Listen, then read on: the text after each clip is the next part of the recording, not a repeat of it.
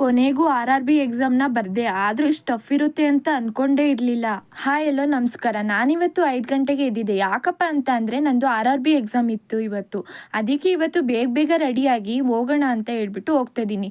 ನನಗೆ ಸೆಂಟರ್ ಬಿದ್ದಿದ್ದು ಮೈಸೂರಿನಲ್ಲಿ. ನಾನು 7:15ಗೆ ಹೋಗಬೇಕಿತ್ತು. ಸೊ ನಾನು 5 ಗಂಟೆಗೆ ಎದ್ದಿದ್ದೆ. ಮಂಡ್ಯದಿಂದ ಮೈಸೂರಿಗೆ ನಾನ್ ಸ್ಟಾಪ್ ಬಸ್ ಎತ್ಕೊಂಡು ನಾನು ಇಳ್ಕೊಂಡಿದ್ದೆ ಮಣಿಪಾಲ್ ಹಾಸ್ಪಿಟಲ್ ಹತ್ರ. ಅಲ್ಲಿಂದ ನಾನು ಊಬರ್ನ ಬುಕ್ ಮಾಡಿಕೊಂಡು ನಾನು ಹೋಗಿದ್ದೆ. ಭಾರತ್ ಕ್ಯಾನ್ಸರ್ ಹಾಸ್ಪಿಟಲ್ ಆಪೋಸಿಟ್ ಇದೆ. ಊಬರಲ್ಲಿ ನಾನು ಬೈಕ್ನ ಬುಕ್ ಮಾಡ್ಕೊಂಡಿದ್ದೆ. ಅಲ್ಲಿದ್ದಿದ್ದು 37 ರುಪೀಸು, ಇವ್ರು ಇಸ್ಕೊಂಡಿದ್ದು 61 ರುಪೀಸು.